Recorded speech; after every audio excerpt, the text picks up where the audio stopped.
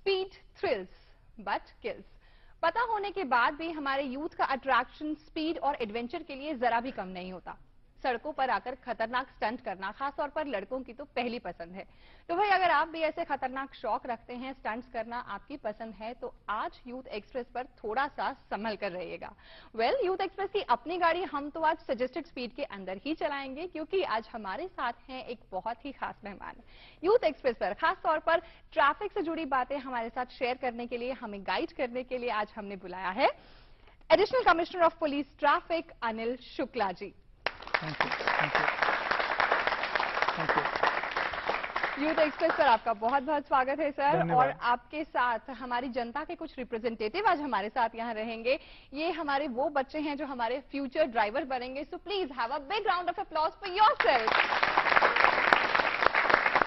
आप जैसा देख रहे हैं सर, एक मिक्स ग्रुप हमारे साथ है और कहीं ना कहीं हमारे ये वो फ्यूचर के ड्राइवर्स हैं जो आगे चलकर सड़कों पर आएंगे।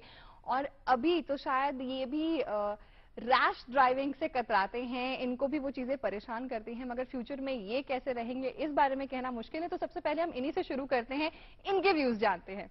हाँ जी बताइए। माई सेल्फ आस्था भारती। परेशान है कि जब यूथ अट्रैक्ट होने के साथ साथ थोड़ा सा डिस्ट्रैक्ट होता है, वो डिस्ट्रैक्शन ओवर स्पीड की वजह से होती है या फिर सड़कों पर खासतौर पर वीआईपी एरियाज में स्टंट्स की वजह से होती है, तो उसके रिजल्ट बहुत डेंजरस होते हैं। ट्रैफिक पुलिस किस तरह से ऐसे केसेस को हैंडल कर रहा है? नहीं, ये एक सही बात है कि यूथ में खूब एनर्जी होती है और वो चाहते हैं वो अपनी एनर्जी को डिस्प्ले करना, और खास तौर पे जब ग्रुप्स में होते हैं तो कभी कभी रूल तोड़ते हैं, लॉ तोड़ते हैं, और उसमें उन्हें कभी मजा भी आता है।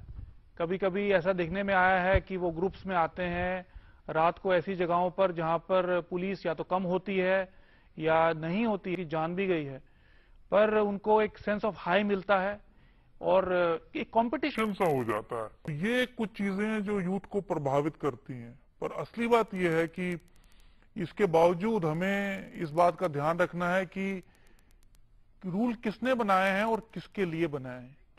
रूल जो बने हैं वो पार्लियामेंट ने बनाए हैं, जनता के द्वारा ही वो चुने गए हैं और जनता के लिए ही बने हैं।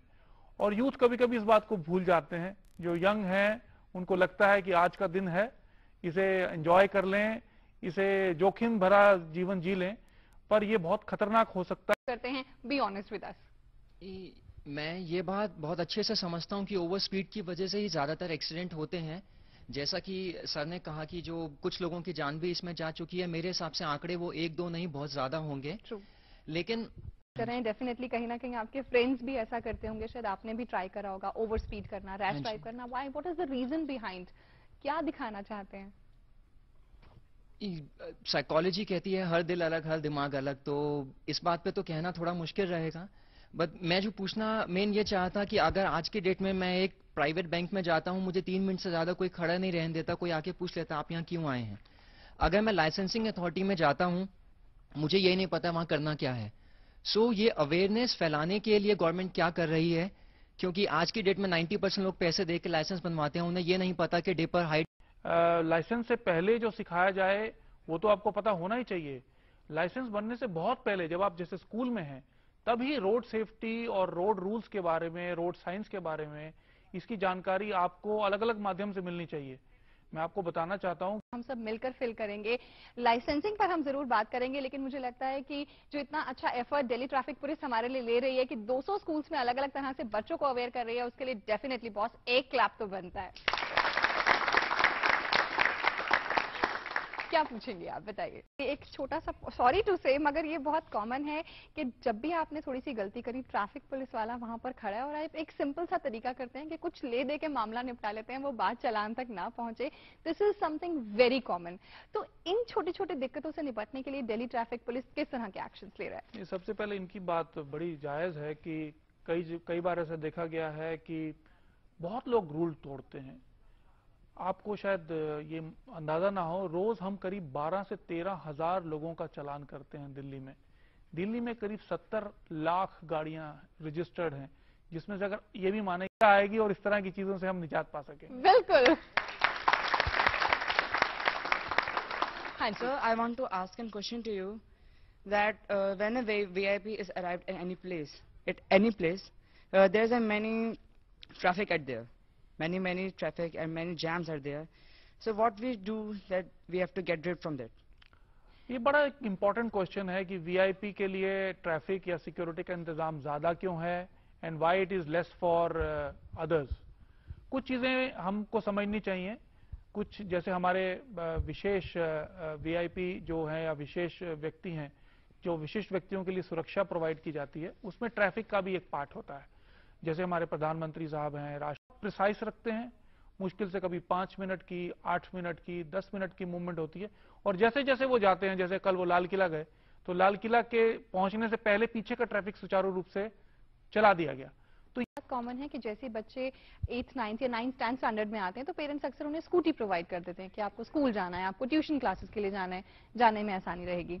लाइसेंस आपके पास 18 साल से पहले है नहीं, लेकिन फिर भी आप सड़क पर हैं, ड्राइव कर रहे हैं। Maximum cases without helmet driving के होते हैं। और उसके अलावा एक और चीज जो तंग करती है वो ये कि ये बच्चे इतनी रैश ड्राइविंग करते हैं। अक्सर ट्रिपलीज आप देखेंगे 3-3 4-4 बच्चे बैठे हैं और उसकी वजह से बहुत सारे एक्सीडेंट्स देखने में आते हैं। तो क्या आपको वाकई लगता है कि जो 18 इयर्स का जो एज है, हमें उसको कम करने के बारे में सोचना चाहिए या फिर हमें अपने यूथ को थोड़ा सा चैनलाइज करना चाहिए? मुझे लगता है अभी 18 ईयर जो एज है वो काफी स्टेबल एज है। ये एक हमेशा एंग्जाइटी रहती है कि हम हर चीज जल्दी पाना चाहते हैं। और मेरे ख्याल से जब आप 16 साल के हैं और 18 साल के हैं, उसमें सिर्फ 2 साल का अंतर ना देखें। इन 2 सालों में जितना आपका व्यक्तित्व मैच्योर होता है, जितने आप परिपक्व होते हैं, उतने चोरी छिपे भी चलाते हैं, बिना लाइसेंस के चलाते हैं, और गली के अंदर, घरों में के आसपास, गार्डन के आसपास चलाते हैं। तो हमारा ये मानना है कि अभी 18 साल की उम्र से पहले जो लाइसेंसिंग सिस्टम जी हाँ जी। Good evening sir, my name is Ankur Bhatt. मेरा आपसे एक क्वेश्चन है कि बहुत कई लोग अपने व्हीकल्स कहीं पे भी पार्क कर देते हैं, जिनके वजह से ट्रैफिक लग जाता है और उनके वजह से दूसरे लोग ट्रैफिक तोड़ते हैं। क्योंकि आपका रोल डबल हो जाता है, एक टीचर की तरह भी आप बच्चों को गाइड करती हैं, खुद भी एक पेरेंट हैं, तो जब ये सारी चीजें आप देखती हैं, सुनती हैं, क्योंकि कहीं ना कहीं पेरेंट्स का शायद बहुत बड़ा रोल है अपने बच्चों को गाइड करने में, आप क्या करें क्या ना करें, क्या आपका रिएक्शन आता है सड़कों पर जब रैश ड्राइविंग की बातें होती हैं? डर भी लगता है और कहीं ना कहीं एक ये कॉन्फिडेंस बहुत ज्यादा हाई है कि नहीं, मेरा बच्चा तो ऐसा कर ही नहीं सकता, लेकिन जब सच्चाई सामने आती है तो वो पेरेंट्स के लिए भी बहुत शॉकिंग है। What do you have to say? So good evening, sir. Good evening. I'm addressing you as a mother, teacher, and one of car driver also. Yes. Yeah. So I'm also aware of the traffic. But sir, coming back to the original problem, कि जब आप driving शुरू करते हैं, सबसे पहले जिस driving training school में आप एडमिशन लेते हैं, उसका ड्राइवर स्किल्ड हो, उसको खुद को सारे रूल्स अच्छे से पता हो, ये बहुत जरूरी हो जाता है, जस्ट टू मेक श्योर कि जितने भी वो स्कूल्स हैं रेगुलराइज हैं, उनके पास अच्छी क्वालिटी के इक्विपमेंट है और उनके ड्राइवर को पूरी तरह की नॉलेज है, उनके लाइसेंसेस वैलिड हैं। क्या कोई चेकिंग दिल्ली पुलिस करती है इसको पक्का करने के लिए? ये जो स्कूल होते हैं, ये दिल्ली के जो ट्रांसपोर्ट विभाग है, ट्रांसपोर्ट डिपार्टमेंट, उसके साथ अटैच्ड होते हैं। और अगर किसी भी तरह की कंप्लेंट या हमारे को ये पता चलता है कि ये अनऑथराइज तरीके से ड्राइविंग सिखा रहे हैं, क्योंकि जिनके पास खुद के पास ड्राइविंग लाइसेंस ना हो, अगर वो टीचर बनना चाहें तो रिजल्ट जो है वो सामने होगा, पर इनका जो एक बहुत प्रभाव पड़ता है। हम लोगों ने, जो मैंने आपको बताया रोड सेफ्टी क्लब, उसमें एक एस्पेक्ट था, काश मैं वो सब चीजें लेके आता यहाँ और आपको दिखाता। तो उसमें एक ये एस्पेक्ट था कि बच्चों को हीरो चाहिए। और हमारा कुछ कैंपेन, स्पीडिंग गाड़ी के आगे सोचते हैं कि वो निकल जाएंगे पर निकल नहीं पाते। तो मैं ये चाहूंगा एक बड़े व्यापक पैमाने पर इसका प्रचार प्रसार होना चाहिए, ताकि हम सब। मेरा एक क्वेश्चन अभी और है जी। मैं जैसे I told you I am also car driver. जैसे Delhi being capital also, like it's bearing the burden of so many states also, like even then you are pulling very nicely, like for the smooth functioning of traffic. But I see like these four-wheelers, like we are called tempos, and bikers, they don't have any sense of any traffic rules.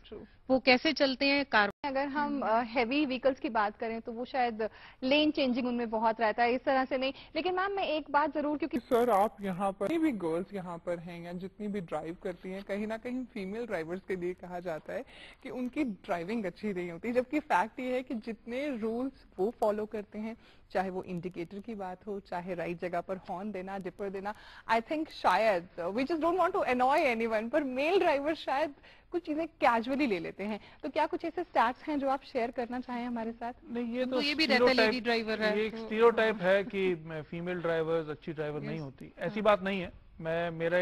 मेरा मानना है और वह over speed कम करती हैं, red light कम jump करती हैं जी। और अब तो बहुत सारी फीमेल का जो आतंक होता था, वो दिल्ली ट्रैफिक पुलिस के एफर्ट्स अब दिखते हैं कि अब मच डिसिप्लिन्ड वे में बसेस सड़कों पर रहती हैं। हाँ, इसमें इस साल में वहां पर एक भी मौत इस वजह से नहीं है कि लेकिन सर, जैसे कि आपने बोला कि हमें इसकी शुरुआत करनी चाहिए। सर, अगर हम जो भी, जैसे कि जितने भी यंग बॉयज होते हैं, अगर हम उन्हें बोलते हैं तो वो मीन्स हमें गंदे कमेंट्स करते हैं, हमारे बारे में सुनते नहीं, हम कुछ भी